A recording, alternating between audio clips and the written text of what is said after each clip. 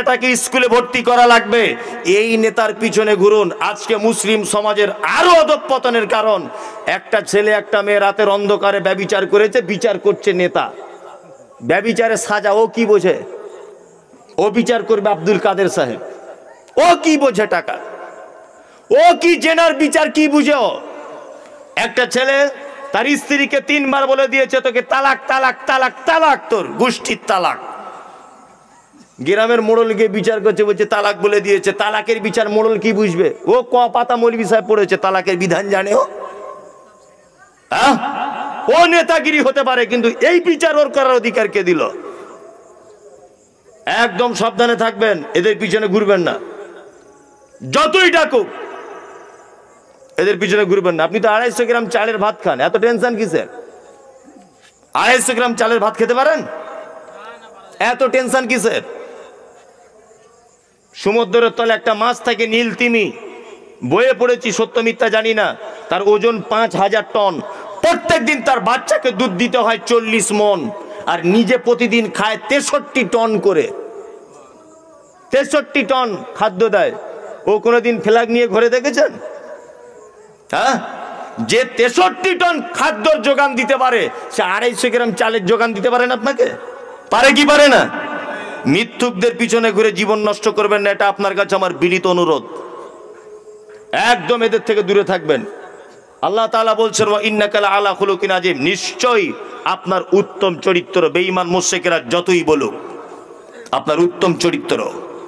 তারপরে আল্লাহ তাআলা বলছেন ফাসাতুবসিরু আয়ুবসিরুন, অচিরেই আপনিও দেখতে পাবেন, তারাও দেখতে পাবে, বিআইয়িকুমুল মাফতুন, কারা সঠিক পথের উপরে আছে। আপনিও দেখতে পাবেন, তারাও দেখতে পাবে। আল্লাহ তাআলা তারপরে বলছেন ইন্না রাব্বাকা হুয়া আলাম, নিশ্চয়ই তোমার প্রভু জানে, বিমান যাল্লা আন সাবিলি, কারা গোমরাহি রাস্তাতে আছে, হুয়া আলামু, এবং তিনি সেটাও জানেন, বিল মুহতাদিন, কারা হেদায়েতের উপরে আছে। আল্লাহ তাআলা এইবারে নবীকে 5-7টা লোকের সঙ্গে মিশতে মানা করছেন, যে নবী আপনি এই লোকের সঙ্গে মিশবেন না। আমি মুমতাজুল ইসলাম চরবাবুপুরে বলে যাচ্ছি, আপনারাও এই লোকের সঙ্গে মিশবেন না। হাত তুলুন যে ইনশাআল্লাহ মিশবো না। তুলুন হাতটা, তুলুন তুলুন, মাশাআল্লাহ। আল্লাহর কোরআন বলছে এদের সঙ্গে মেশা যাবে না। এক, আল্লাহ নবীকে বলছেন ফালা তুতিল মুকাজ্জিবিন, নবী যারা কথায় কথায় মিথ্যা কথা বলে, আপনি এদের সঙ্গে স্পর্শে থাকবেন না। আপনার নেতা 80টা কথা বললে তার মানে 69টা কথাই মিথ্যা। মিলে যাচ্ছে কোরআনের সঙ্গে, তা আমি কি করব? আমি কি বাপের কথা বলছি? কোরআনে আয়াত বলছি, তার বাংলা বলছি। আল্লাহ নবীকে বলছেন হুঁশিয়ারি করে, এই নবী ফালা তুতিল মুকাজ্জিবিন, কখনোই আপনি মিথ্যুকদের অনুসরণ করবেন না। আল্লাহ নবীকে মানা করছেন মিথ্যুকদের অনুসরণ করবেন না। আমাদের বর্তমানে যারা আছে এরা মিথ্যুক কি মিথ্যুক নয় বলুন? মিথ্যুক তো, একেবারেই ডাহা মিথ্যুকেরা। আল্লাহ তাআলা তারপরে বলছেন অদ্দু লাউ তুদহিনু ফায়ুদহিনুন, তারা চায় আপনি একটু নরম হয়ে যান, তাহলে তারাও নরম হয়ে যাবে। দেখছেন না অবস্থা? কালকে মুসলমানদের ভোটে জিতলো, আর আজকে হিন্দু ছেলেকে বিয়ে করে সিঁদুর লাগিয়ে ঘুরছে। দেখেছেন এরকম পশ্চিমবাংলার নেতা আছে? কোন পার্টির আমি নাম বলছি না, আপনি রাগ করিয়েন না, রাগ করলেও কিছু করার নাই। শুধু আমার গাড়িটা ভাঙচুর করবেন না, কোনো রকম চলে যেতে দিবেন, বুঝলেন না? এইটা একটু আপনার দায়িত্ব নিয়েন যেন গাড়িটা ভাঙচুর না করে, গরিবের ছোট গাড়ি, বুঝলেন তো? আছে না কিছু মুসলমান নেতা আছে না, অনুক মারা গেছে চ্যাটার্জি, গিয়ে ফুলের মালা দিচ্ছে, কেন? ভোট পাবে। আবার কিছুদিন আগে রমজান মাসে দেখলাম ইফতার আবার পার্টিতে পরিণত হয়েছে। সব জায়গায় বলছে ইফতার পার্টি, মানে শুধু এবারে নামাজ পড়ার ইমামতিটাই বাদ আছে, সব জায়গায় রাজনীতি ঢুকিয়ে দিয়েছে। আর কদিন পরে বলবে গ্রামের নেতারাই নামাজ পড়াবে, ইমাম সাহেব পিছনে তাকবীর দাও। আর কদিন পরই হলো বলে দেখুন। কি বলছি বুঝতে পারছেন না? কথা উচিত কথা বলছি না অনুচিত? ইফতারটাকে ইফতার পার্টিতে পরিণত করে দিয়েছে। ভ্যাক করছে, ভ্যাক। আমি কোন রাজনৈতিক লোক নয়, আল্লাহর কসম দিয়ে বলছি আমি রাজনৈতিক লোক নয়। শুধু মুসলমানদেরকে ভোট ব্যাংক হিসাবে ব্যবহার করছে। এই তো পাগল, কিছু বুঝে না, কিচ্ছু বুঝে না। ভোট ব্যাংকের মতো ব্যবহার করছে, আরে ভোট দিয়ে দিচ্ছে। আল্লাহর নবীকে বলছেন অদ্দুলাউ তুদহিনু ফায়ুদহিনুন, তারা চায় আপনি একটু নরম হন, তারাও একটু নরম হয়ে যাবে।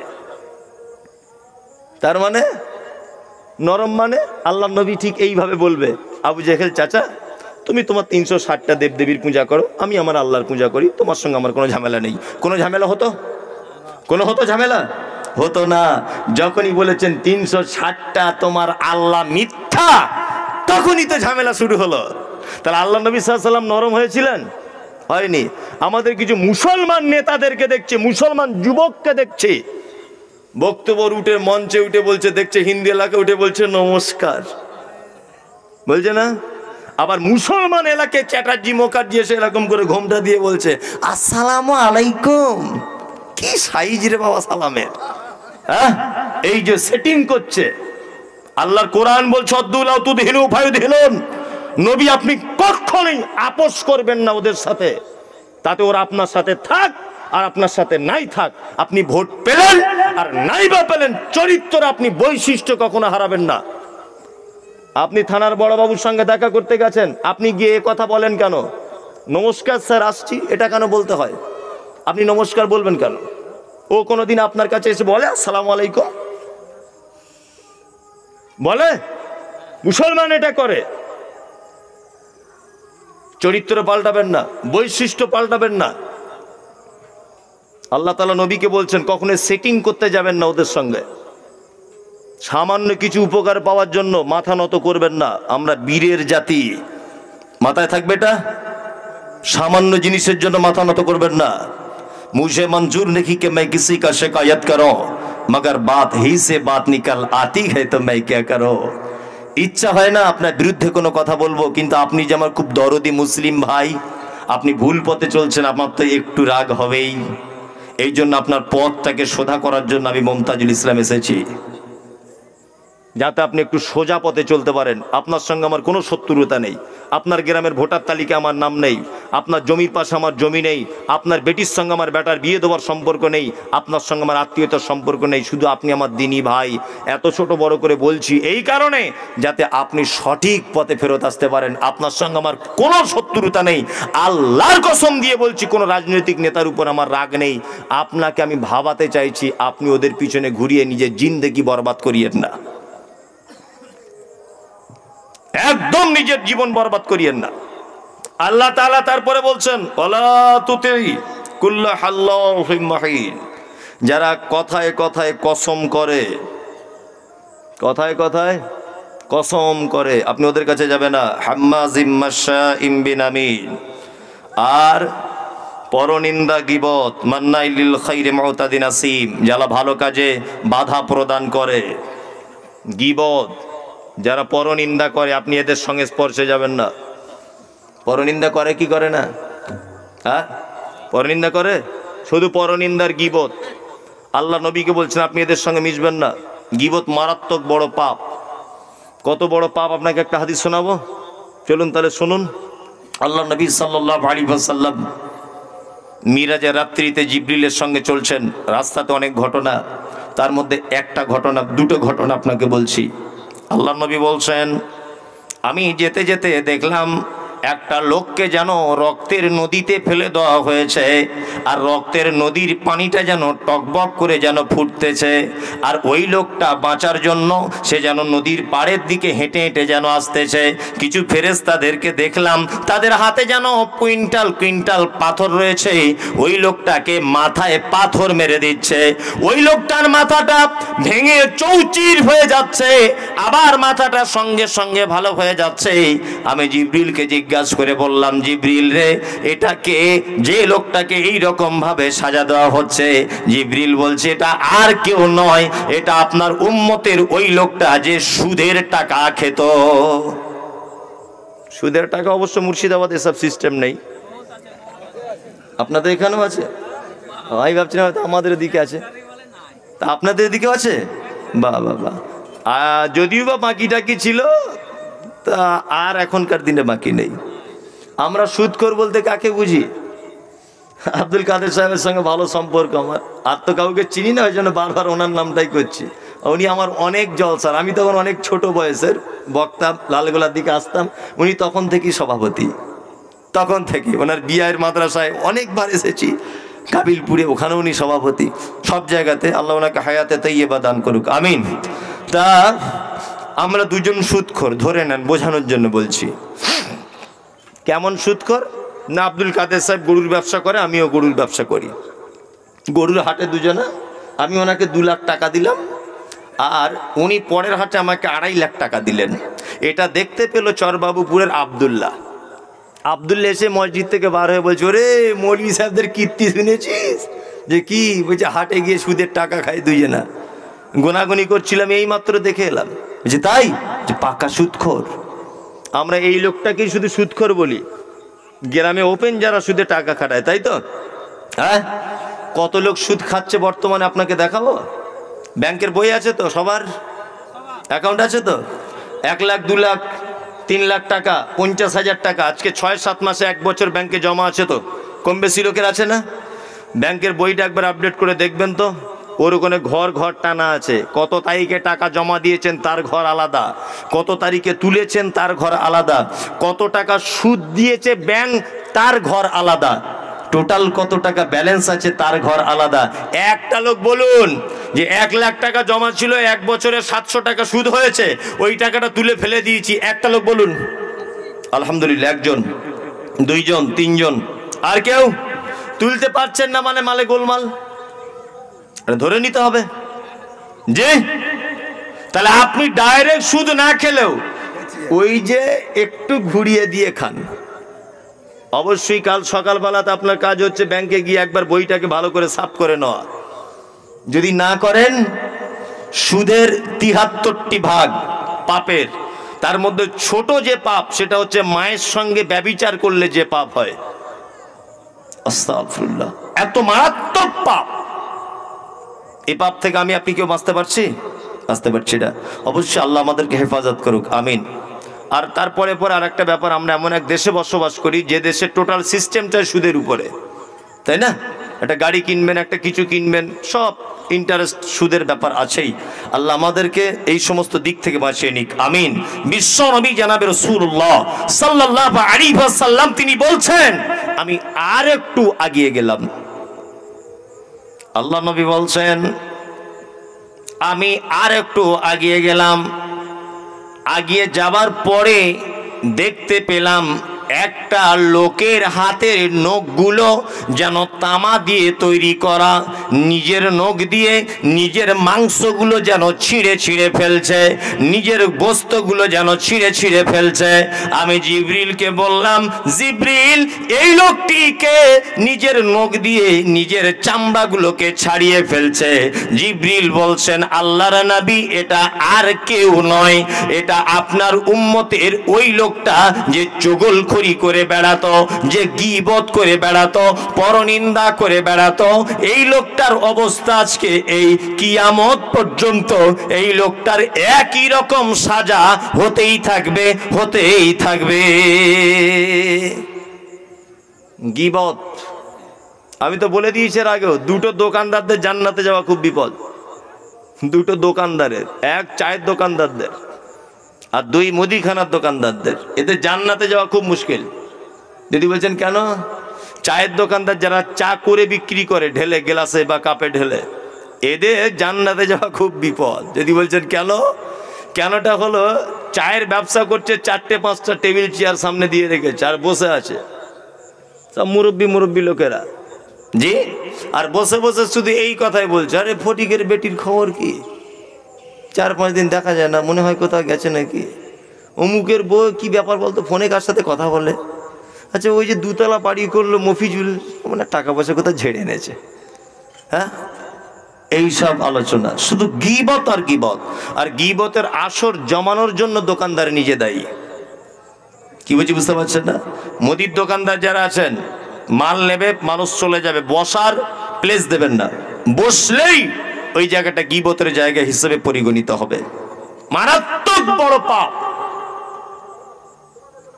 তবে এটা মেয়েরা বেশি করে। এখানে মেয়েরা শ্রোতা আছে? আছে। এই কাজগুলো মেয়েরা বেশি করে, আমার খালারা এরা গিবত করতে খুব ফাস্ট, খুব অ্যাডভান্স এরা। আমি তো এই জন্য মায়ের সাথে বলি যে সংসার যদি টেকাতে চান, পাড়ার কোনো মেয়েকে আপনার বাড়িতে ঢুকতে দেবেন না। সংসারটা যদি সুখের যদি করতে চান, পাড়ার কোনো মেয়েকে বাড়িতে ঢুকতে দেবেন না। আপনি আজকে থেকে আমার এই কথাটা গ্রহণ করুন। পাড়ার কোনো মেয়েকে, আপনার স্ত্রীকে বলবেন, যদি পাড়ার কোনো মেয়েকে আমাদের বাড়িতে দেখি আর আমি ছিলাম না এই সময়, তো তোমার চামড়া তুলে দেবো, দেখবেন সুখের সংসার থাকবে। ওদের চরিত্র, নতুন বৌমা দেখতে এসেছে পাড়ার সব মেয়েরা, আপনার বেটার বিয়ে হয়েছে তো সব মেয়েরা বৌমা দেখে ঘোমটা তুলে, বৌমা দেখে হা গো কটা ভাই বোন সব জিজ্ঞেস করে চলে যাচ্ছে। তো একটা বেটি ছিল চুপচাপ মেরে বসে আছে, ঘুপটি মেরে। ও শ্বশুর শাশুড়ি দুজনা চা করতে গেছে রান্না চালাতে, তো এই মেয়েটা ওকে বলছে, কটা ভাই বোন তোমরা? চারটা। বাপ কি করে? চেন্নাই ঠিকাদারি করে। বাড়ি কোথায়? ভগবানগুলাতে। আচ্ছা আচ্ছা, সবাই তো তোমাকে দেখে চলে গেল আর নাম করলো, আমি একটা গোপন কথা তোমাকে বলে দিয়ে যাচ্ছি, শুনে নাও। বলছে কি বলো? ওদের নতুন এসেছি জানি না। বলছে তোমার শ্বশুর শাশুড়ি যে কি চিজ, কিছুদিন পরে বুঝবে, খুব সাবধানে থাকবে। আমি আজ 11 বছর এই গায়ে সংসার করছি, আমি জানি ওরা কি চিজ। এই যে বলে দিয়ে চলে গেল, সংসারে 12টা বাজিয়ে দিয়ে গেল। ঠিক বলছি নাকি বলুন? হঠাৎ করে এসে বলছে, ভাবি শোনো শোনো শোনো, একটা কথা বলবো তোমাকে। বলছে কি? বলছে ভাই কলা গাছের পাশে ফোনে গুজির গুজির গুজির গুজির করছে, আমার মনে হয় ফটিকের বইয়ের সাথে কোনো ব্যাপার আছে, অথচ কিছুই নয়। মিছে করে এই যে বলে দিয়ে চলে গেল, কিয়ামত পর্যন্ত আপনার বউ আপনাকে আর ভালোবাসবে না। মিলিয়ে নিবেন, একটা সন্দেহ ঢুকিয়ে দিয়েছে, জীবনেও ভালোবাসবে না। হযরত মুহাম্মদ সাল্লাল্লাহু আলাইহি ওয়াসাল্লাম বোকা লোক ছিলেন না খুব জ্ঞানী লোক ছিলেন? জ্ঞানী লোক ছিলেন। মুহাম্মদ সাল্লাল্লাহু আলাইহি ওয়াসাল্লাম বলছেন, আমি জাহান্নামের দিকে দেখলাম, তার অধিকাংশ গরিব দুস্থ মানুষেরা আর নারীরা, অধিকাংশ নারী। আল্লাহ নবী সাল্লাল্লাহু আলাইহি ওয়াসাল্লাম ফেরত আসার পরে বক্তব্য রাখতে রাখতে এক পর্যায়ে বললেন, ইয়া মাশারান নিসা তাসাদ্দাকনা, হে মহিলারা, তোমরা বেশি করে সাদকা করো, আমি তোমাদের এই মাত্র জাহান্নাম থেকে দেখে এলাম। আল্লাহু আকবার। একজন মহিলা বলছেন, আল্লাহ নবী, কি এমন অপরাধ করেছে আপনি কি পুরুষদের ব্যাপারে কিছু বলছেন না? আল্লাহ নবী সাল্লাল্লাহু আলাইহি ওয়াসাল্লাম বলছেন, তোমাদের মধ্যে কিছু গুণ আছে খুব খারাপ, এই কারণে তোমরা বেশি করে জাহান্নাম যাবে। তার একটা গুণ, স্বামীর অকৃতজ্ঞ হও তোমরা। আপনাদের এখানকার মেয়েরা স্বামীর কৃতজ্ঞতা স্বীকার করে? জীবনেও করে না। আপনি টেস্ট করে দেখবেন, বাড়িতে গিয়ে টেস্ট করে দেখবেন। কি করে টেস্ট করবেন? আপনার কাছে একটা কাঁঠাল হয়েছিল, কাঁঠালটা বাড়িতে এনে খাবেন দুজনা। খেতে খেতে আপনার স্ত্রীকে বলবেন, খাদিজার মা সত্যি করে কহ তো কাঁঠালটা খুব মিষ্টি না? ওই এক চান্সে মাথা চুলকাতে চুলকাতে বলবে, মিষ্টি, তবে আমার আব্বাদের গাছের মতো মিষ্টি নয়। বলবে এটা, এটা ওর একটা চরিত্র। চরিত্র নয়, চরিত্র। বড় কাতলা মাছ ধরেছেন, স্বামী স্ত্রী দুজনা খেতে বসেছেন, তো আপনার স্ত্রীকে বলছেন যে কি টেস্ট বলো, মাছটা কি মিষ্টি। আপনার স্ত্রী এক চান্সে বলবে, সেই ফাল্গুন মাসে আমার আব্বাদের বাড়ি গিয়েছিলাম মনে আছে? বলছে হ্যাঁ। হে দক্ষিণ মাঠের পাশে একটা বড় পুকুর ছিল না, ওই পুকুরের মতো টেস্ট কোনো পুকুরের মাছ নাই। এটা বলবেই, এটা চরিত্র। ও সব কিছু মেনে নিতে পারবে, বাপের বাড়ির বদনাম মেনে নিতে পারবে না। পারবে? পারবে না।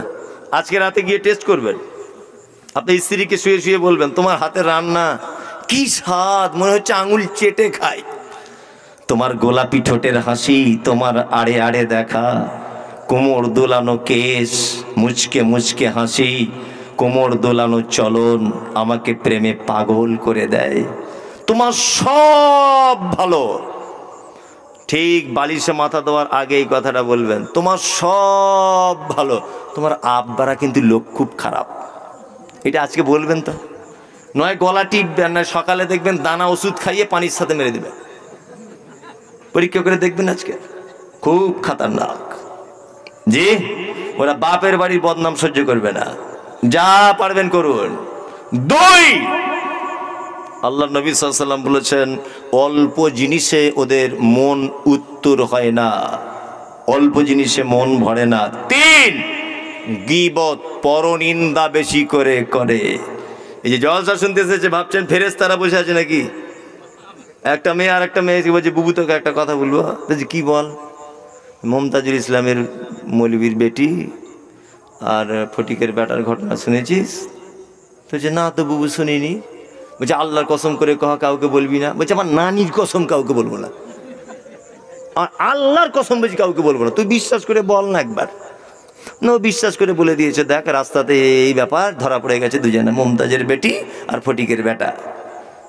আর ও আল্লাহর কসম দিয়েছে কাউকে বলবে না। ও আর একটা মেয়েকে বলছে বুবু আল্লাহর কসম বলতে মানা করেছে তবু তোকেই বলছি। ও আর একজনকে বলছে যে আল্লাহর কসম বলতে মানা করেছে তবু তোকেই বিশ্বাস করে করেছি, মমতাজের বেটার মুখের বেটি ধরা পড়ে গেছে।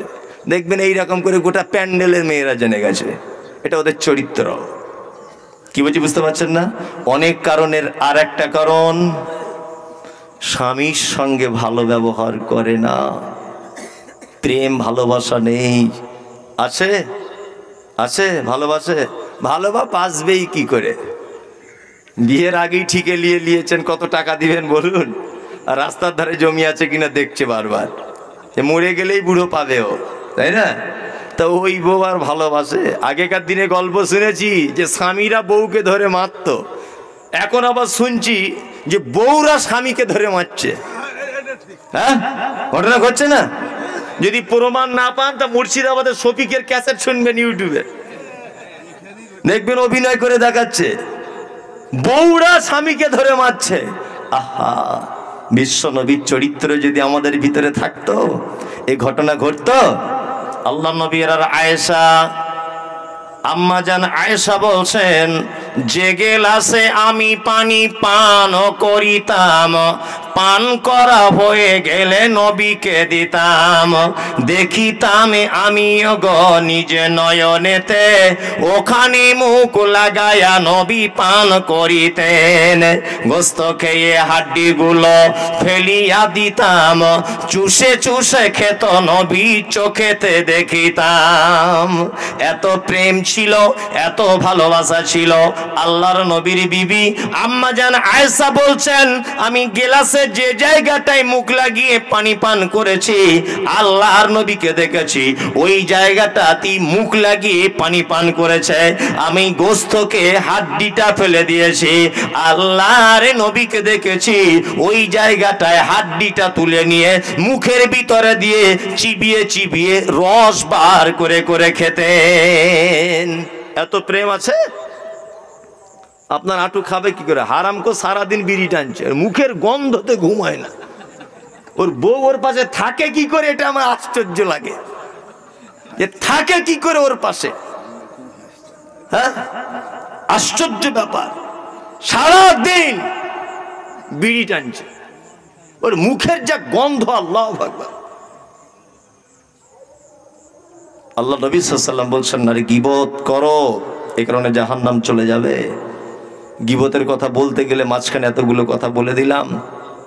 তারপরে আল্লাহ তাআলা বলছেন যে উতুল্লিম বাদা যালিকা জানিম আন কানা মা যালিম ওয়া বানিন ইজা তুতলা আলাইহি আয়াতুনা ক্বালা সাতিরুল আউয়ালিন।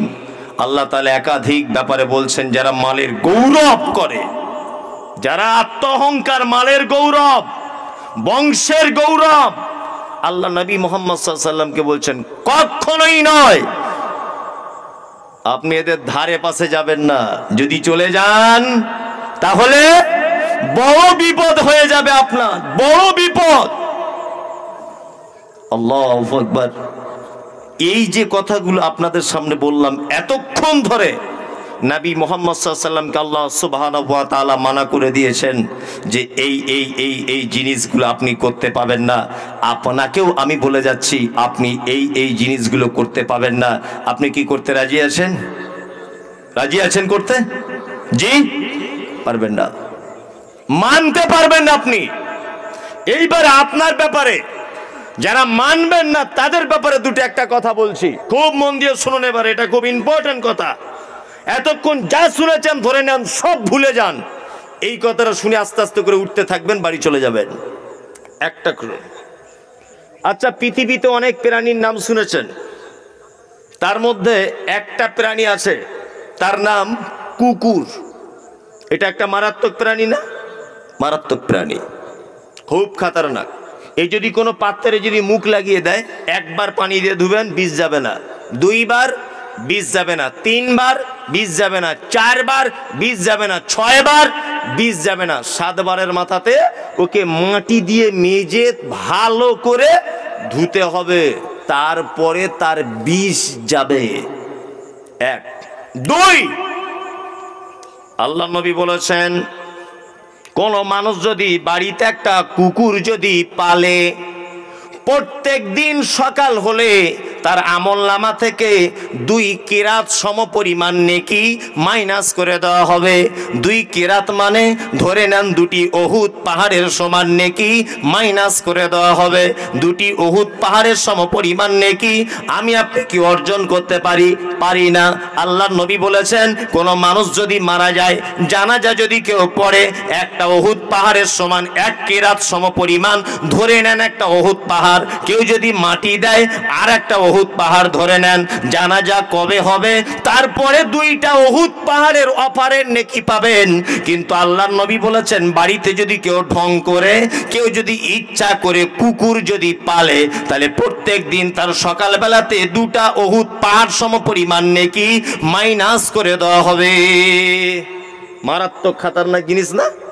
হ্যাঁ, এর বিষ কাটে না 7 বার মাটি দিয়ে না মাজলে, লাস্টে 1 বার মাটি দিয়ে না মাজলে এর বিষ কাটে না। নাম্বার 3, আর একটা কুকুরের ভালো দিক আছে। প্রশিক্ষণ প্রাপ্ত কুকুর যদি হয় আপনি পুষতে পারেন, অসুবিধা নেই, তাই তো বল না? প্রশিক্ষণ প্রাপ্ত কুকুর যদি হয় আপনি ওকে বাড়িতে রাখতে পারেন, অসুবিধা নাই।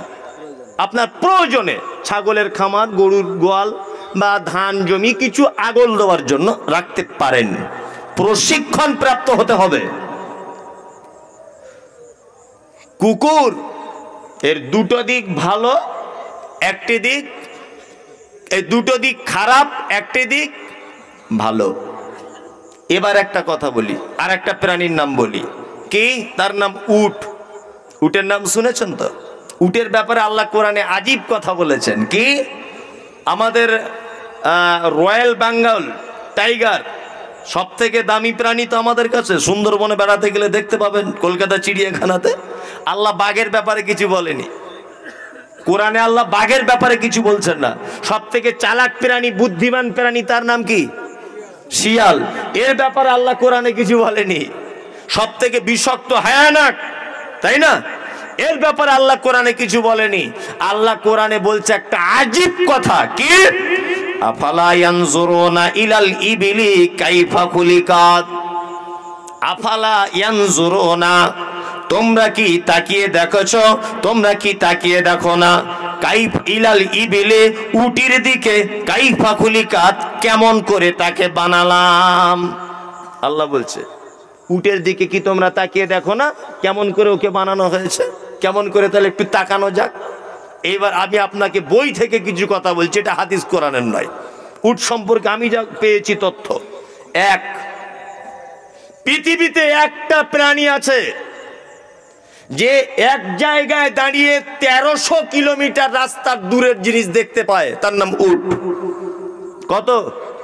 1300 কিলোমিটার দূরের জিনিস দেখতে পায়। এটা প্রাণী বিজ্ঞানীরা বলছে, এটা হাদিস কোরআনের কথা নয়, সত্য মিথ্যা জানি না। 2, মোটর সাইকেলের যেমন ওয়ানের তেল শেষ হয়ে গেলে রিজার্ভের সুইচ ঘোরাতে হয়, তা উট মরুভূমিতে চলে, পুকুর নাই, কূপের ব্যবস্থা নাই, টিউবওয়েল নাই, মোটর নাই। এই জন্য ও একভাবে 13 দিন রাস্তা চলতে পারে, বসার প্রয়োজন হবে না। 13 দিন একভাবে চলতে পারে, বসার প্রয়োজন হয় না।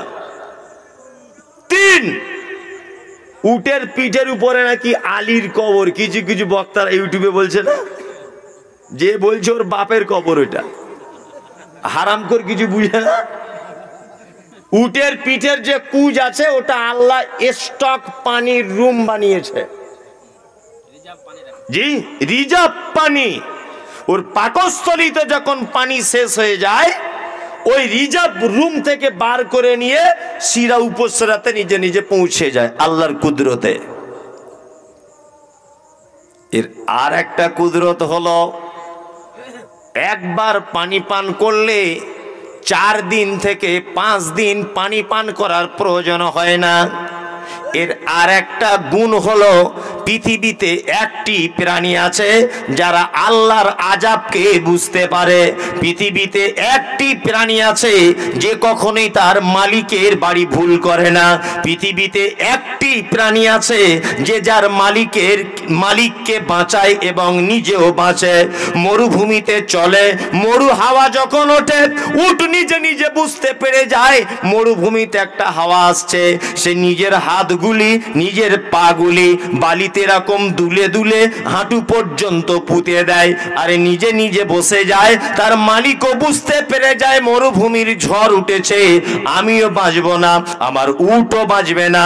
ওই জন্য উট বালিতে পা পুঁতে দিয়ে নিজে নিজে শুয়ে পড়ে আর নিজে নিজে বসে যায়, আর মালিককে ইশারার মাধ্যমে বুঝিয়ে দেয়, মালিক রে বিপদ আসছে, আল্লাহর আযাব আসছে, এত জোরে ঝড় আমাকে তোকে উড়িয়ে নিয়ে চলে যাবে, এখানে কোনো সাপোর্ট নাই, কিছু দিয়ে আটকাতে পারবি না, আমাকে দেখে তুইও শিক্ষা নে, তুইও আমার সাথে বসে যা। দুইজনা বসে যাবে, মরু ঝড় তাদের গায়ের উপর দিয়ে চলে যাবে, কিন্তু উট এবং তার মালিক বেঁচে যাবে। এর আর একটা বৈশিষ্ট্য হলো, এটা হলো এই পৃথিবীতে একটা প্রাণী আছে যার অসুখ হলে, কুকুর যেমন দেখবেন ডুমুরের পাতা খায়, দেখেছেন? ডুমুরের পাতা খায় কুকুরে। আর উট তার শরীরের কোনো প্রবলেম হলে কাঁচা বড় বড় সাপগুলোকে ধরে চিবিয়ে চিবিয়ে খেয়ে নেয়। উট সাপ খায়। আর একটার গুণ কি, এর মাংস খাওয়া যায়, ওর পেচ্ছাবও খাওয়া যায়, ওর দুধও পান করা যায়। উটের সবটাই উপকার, এর ক্ষতি কিছু নেই, যানবাহন হিসাবে ব্যবহার করা যায়, যায় না? যায়। এবার একটা প্রাণীর নাম বলি, গা ঘিন ঘিন করে, তার নাম কি? শূকর। এক মারাত্মক প্রাণী। পৃথিবীর সব প্রাণী পরিষ্কার পরিচ্ছন্নতা চায়, চায় না? শালিক পাখি দেখবেন পুকুরে গিয়ে গোসল করে, করে না? মুরগি দেখবেন ধুলোতে যখন থাকে উঠে গাটাকে ভালো করে জুত করে ঝেড়ে নেয়, নেয় না? সব প্রাণী পৃথিবীতে পরিষ্কার পরিচ্ছন্ন কি করে? পছন্দ করে। পৃথিবীতে একটা প্রাণী আছে যে নোংরা বেশি পছন্দ করে, তার নাম কি? শূকর। পৃথিবীতে প্রত্যেক প্রাণী তার বিপরীত লিঙ্গকে আঁকড়িয়ে রাখে। আমি চাইবো যে আমার বউ অন্য ছেলের হাত ধরে ঘুরুক, এটা আমি চাইবো জীবনে? জীবনে কোনোদিন চাইবো না। আপনার বাড়িতে একটা মোরগ আছে, 4টে মুরগি আছে, ওই 4টে মুরগির কাছে যদি পাড়ার কোনো মোরগ আসে তা টিকতে দিবে ওকে? ঘরের মোরগটা ওকে তেড়ে নিয়ে বেড়াবে, যেই 3জন আমার ডিপার্টমেন্ট আছে, তুই কেন আসবি? এটাও বোঝাতে চাইবে, চাইবে না? চাইবে। কিন্তু পৃথিবীতে একটা জঘন্য প্রাণী আছে যার স্ত্রীর সঙ্গে মেলামেশা করার জন্য অন্য বন্ধুদেরকে ডেকে আনে, তার নাম শূকর। আর একটা কথা বলি, কত নোংরা এরা, এত নোংরা, পরীক্ষা করবেন দেখবেন কোথাও একটা শূকর দেখবেন পায়খানা করছে, আর একটা শূকর চ্যাট চ্যাট করে চেটে মেরে দিচ্ছে, ও এক অপরের পায়খানা পর্যন্ত খায়। আর এদের গোশ যারা বেশি খায় তাদের চরিত্রটাও দেখবেন শূকরের মতো। পশ্চিমা দেশগুলিতে শূকরের গোশ বেশি খায় না, ওই জন্য দেখবেন ওর মায়ের কাছে ওর বেটা গিয়ে রাত্রে থাকছে, বাপের কাছে বেটি থাকছে, বউ পাল্টা পাল্টি করছে, আমার বউটা তুই 10 দিন লে, তোর বউটা আমার কাছে 10 দিন থাক। এসব হচ্ছে না বহির্বিশ্বে? হচ্ছে কি হচ্ছে না? অতিরিক্ত শূকরের মাংস খাবার কারণে ওদের চরিত্রটা অনেকটা শূকরের মতো। আল্লাহ এটা এমনি হারাম করেনি, টোটালটাই হারাম। একটা শূকর যদি এই রাস্তা দিয়ে যায়, ওই জায়গাটা ধুয়ে তবে সালাত আদায় করতে হবে, একদম টোটালি হারাম। এবার একটা বড় কথা বলছি, রাগ করিয়েন না। এই 3টে প্রাণীর মধ্যে সব থেকে নিকৃষ্ট প্রাণী কে? কে হলো? শূকর। সব থেকে দামি প্রাণী কে? উট, তাই না?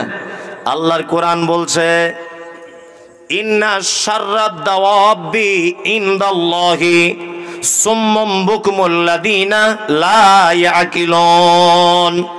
পৃথিবীতে যত প্রাণী আমি আল্লাহ তৈরি করেছি তার মধ্যে আমার নিকটে নিকৃষ্ট প্রাণী হলো তারা যাদেরকে সুম্মুম বুকমুল লাযিনা লা ইয়াকিলুন, যাদেরকে বোঝার জন্য অন্তর দিলাম, দেখার জন্য চোখ দিলাম, বিবেচনার জন্য যাদের ভিতরে কাল্ব দিলাম, যাদের গবেষণার জন্য ব্রেন দিলাম, ভালো মন্দ বিবেচনার জন্য যাদেরকে গোটা বডিতে আমি মেশিন ফিট করে দিলাম, তারপরেও যারা আমার দিনটাকে গ্রহণ করে নিল না, আমার দিনটাকে যারা সাদরে মেনে নিল না, আল্লাহ বলছেন পৃথিবীতে এদের থেকে নিকৃষ্ট প্রাণী আমার কাছে আর কোনো প্রাণী নাই। এইবার বলুন তো দেখি নিকৃষ্ট প্রাণী কারা আর তাদের নামটা কি? মানুষ।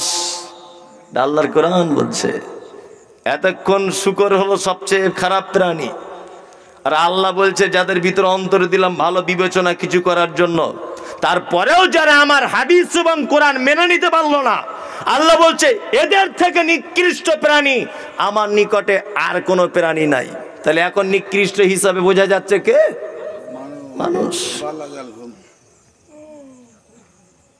এক আশ্চর্য ব্যাপার নয়? আশ্চর্য কথা কি কথা নয়? এবার আপনাকে একটা কথা খুব ভালো করে বলছি, শুনে নেন। যারা এখানে আমরা বসে আছি হাদিস এবং কোরআন মানবো ইনশাল্লাহ, ইনশাল্লাহ। এবার একটা কথা বলছি, রমজান মাসের লাস্ট তারাবি আর লাস্ট ইফতারের দিনের পর থেকে এই পর্যন্ত একটা লোক হাত তুলে বলুন তো যে রোজাও শেষ হয়ে গেছে, আমি নামাজটা ধরে নিয়েছি, আজ পর্যন্ত পড়ছি। হাত তুলুন তো। আপনি আগে পড়তেন না, ধরেছেন, এরকম লোক কথা বলছি। হ্যাঁ, আচ্ছা, নামাজ পড়তেন না অথচ রোজা করেছেন, এরকম লোক হাত তুলুন তো। করেছে অনেক লোক, ভয়ে তুলতে পারছে না যে ঝাড়ন কল করবে এবারে, তাই তো? মানে এক মাস রোজা আপনি করেছেন, এতে এমনি নামাজ টামাজ পড়েন না, কিন্তু রোজার মাসে রোজা করেছেন, এরকম লোক আছেন এখানে? আছে তো, অনেক আছে।